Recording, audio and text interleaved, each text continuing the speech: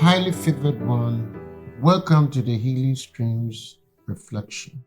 The title for today's post is, Does Love Have a Chance in Your Christian Faith? Does love have a chance in your Christian faith? Beloved, the basic challenge to Christians today is to be people of love on a daily basis, whether or not a social crisis exists. I believe there is no greater power to change the climate of Western society and the world than Christian love. But for many believers, love is the bolus word.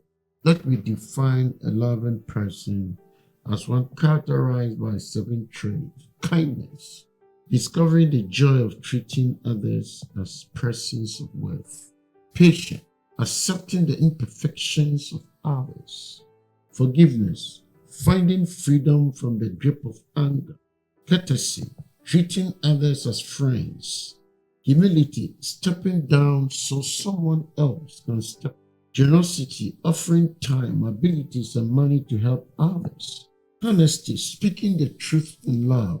When we build these qualities into our life, the Lord uses us as instruments to change the world. Some may ask, in a world of constant conflict, does love stand a chance? There are daily reports of man's inhumanity to man, much of it perpetrated in the name of religion. It is apparent that religion will play a major role in what happens globally over the next 50 years. Question is, does love stand a chance in world religions? Or let me speak specifically to those who call themselves Christians and ask, does love have a chance in the Christian faith? Can we rediscover the reality that we love God because He first loved us, and that because we love God, we are compelled to love others? Apostle Paul had the vision clearly in the mind when he said, "For Christ's love compels us, and those who live should no longer love for themselves, but for Him who died for them and was raised again." 2 Corinthians verse 5:14-16 declares, "We are ruled by the love of Christ, now that we recognize that one man died for everyone, which means that they all share in His death. He died for all, so that those who live should no longer live for themselves, but only for Him who died and was raised to life for their sake." Paul spearheaded the growth of the early church by proclaiming the love of God expressed through Christ. Over the last 2,000 years, to the degree that the church has evidenced love, the church has been successful. It was not the military crusaders who account for the survival of the faith. It was the love of common Christians for all mankind that kept the church alive and growing. Christians have never been exempt from life difficulties. History shows that Christ's followers have suffered earthquakes, floods, tornadoes, hurricanes, landslides, fires, automobile accidents, sickness, and other maladies. They have often been persecuted simply because they were Christians. How can a person endure such things and still passionately desire to follow Christ? The answer is found in having a clear understanding of what God seeks to do in the life of His followers. Fortunately, He has revealed His purpose. We know that in all things, God works for the good of those who love Him, who have been called according to His purpose. For those He foreknew, He also predestined to be conformed to the likeness of His Son, that He might be the firstborn among many brethren. God's clear intention is to make us Christ in attitude and lifestyle. He uses even harsh experiences for that purpose. Sometimes it is in the midst of difficulty that we find our greatest opportunities to experience His love and to be agents of sharing that love to others.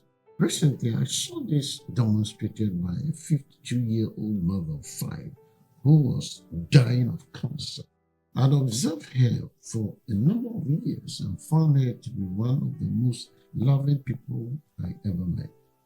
She faced death with realism, and yet with a positive spirit. I shall never forget the day she said to me, "I've taught my children how to live.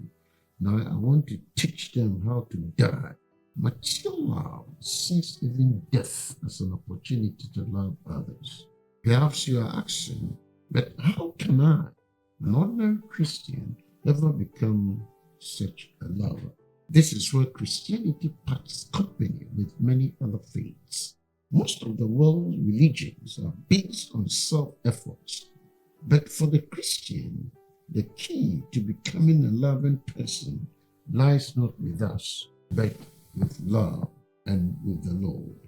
It is His love that we seek to share, and it is His Spirit who pours divine love into us, enable us to communicate it to others.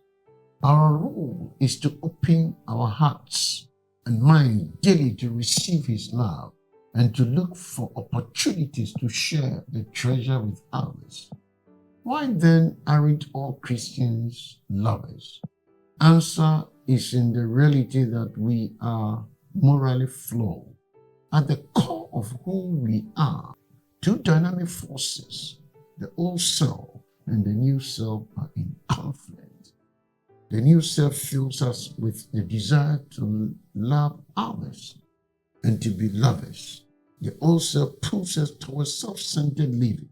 If we keep our distance from God, the old self will likely dominate our lifestyle. But if we draw near to God, He will draw near to us, and the new self will control our attitude and behavior. Love is the most powerful weapon in the world for good.